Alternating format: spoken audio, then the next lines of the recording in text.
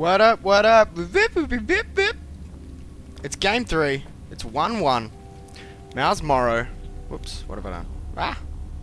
It's mouzMorroW on the top right. We are on Metalopolis, my second favourite map. We're not on Metalopolis, I'm crazy. Metalopolis is my second favourite map. This is my third favourite map. Xel'Naga Caverns. It's a really neat map, especially because I think this gold base is really super duper interesting. The way it's really open. It's sort of, when you try to take the gold base, you're really drawing a line in the sand, you know. You're saying, I want this base, I want the gold, and your opponent has to respond to that. You really force your opponent to respond if you go for that gold base. But anyway, we saw it's 1-1 at the moment. Game 1 was on Blistering Sands, and MorroW won with just a superior roach count in a roach on roach battle extravaganza. Game 2 was Shakura's Plateau,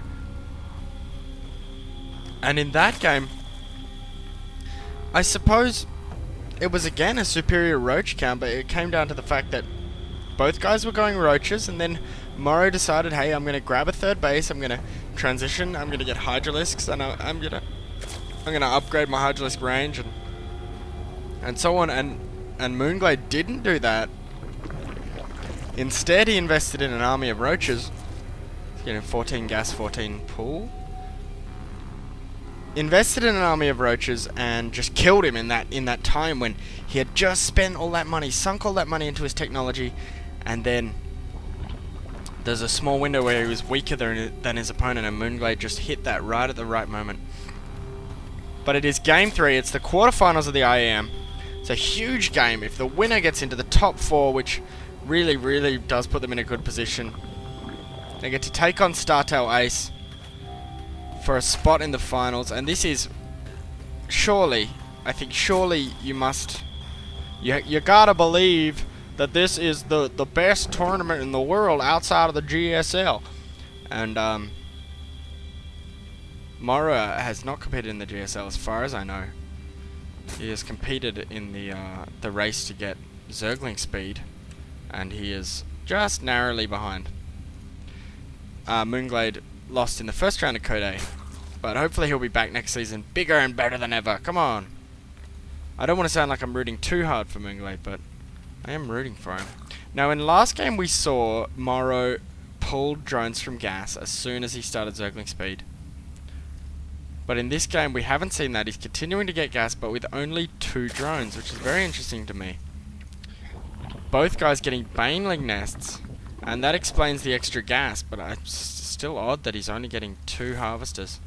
Moonglade will have more gas. With more gas means more Bannerlings, and more Bannerlings means more pain flung onto your opponent. If you want to fling the pain, there's nothing better than a Bannerling. Now, Moonglade's got a non-trivial number of Zerglings crossing the map now. Both guys going 1 base Baneling. It's very strange. In both of these games, and Moonglade's doing this totally blind, so that's what's curious about it. In all 3 games, in fact, so far, we've seen both players pretty much go for the same build. It's been, you know, roaches.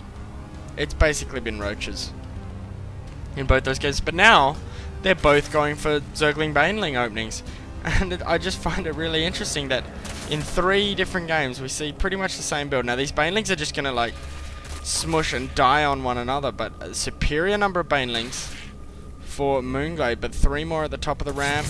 The Queen wants to kill them. Oh, just 1 Zergling dead, and those Banelings not very. Oh, that was a good one though. And Moonglade's Banelings have been super effective here, killing all the Zerglings off, and now it is looking like GG. He's going to go into the mineral line. It is not looking good at all for our red Zerg. He's got 2 Banelings here. If they can hit the Zerglings, they could save the day. And some Zerglings are going to pop, so looks like he'll hold this off. Good Baneling. Moonglade morphing Banelings inside the base, and he's done well there. But looks like his attack's been thwarted, but no, look at that. Wow. What an ending. Fast GG. Now, I kind of agree with it, but the game wasn't over. Look, he still has, you know, I don't know, about a dozen drones left. Now, compared to his opponent, It's 14 to 12, so he might not understand that he's not that far behind. The problem he has, though, is that there's like a bunch of Zerglings on the way. Wait, that seems wrong. Oh, there's even more over here. So we can see there's like, 14 Zerglings on the way to the base. And he is pretty much dead, but it was a quick GG in my book because he managed to save all his drones, or just about. But he's got no answer. He probably saw with his Overlord these Zerglings coming and thought, I am boned. And with that, he hit GG, and it is 2-1 to Moonglade, so one more win is enough. If MorroW does not win Game 4, then it is over for him. And let's move on to the fourth game.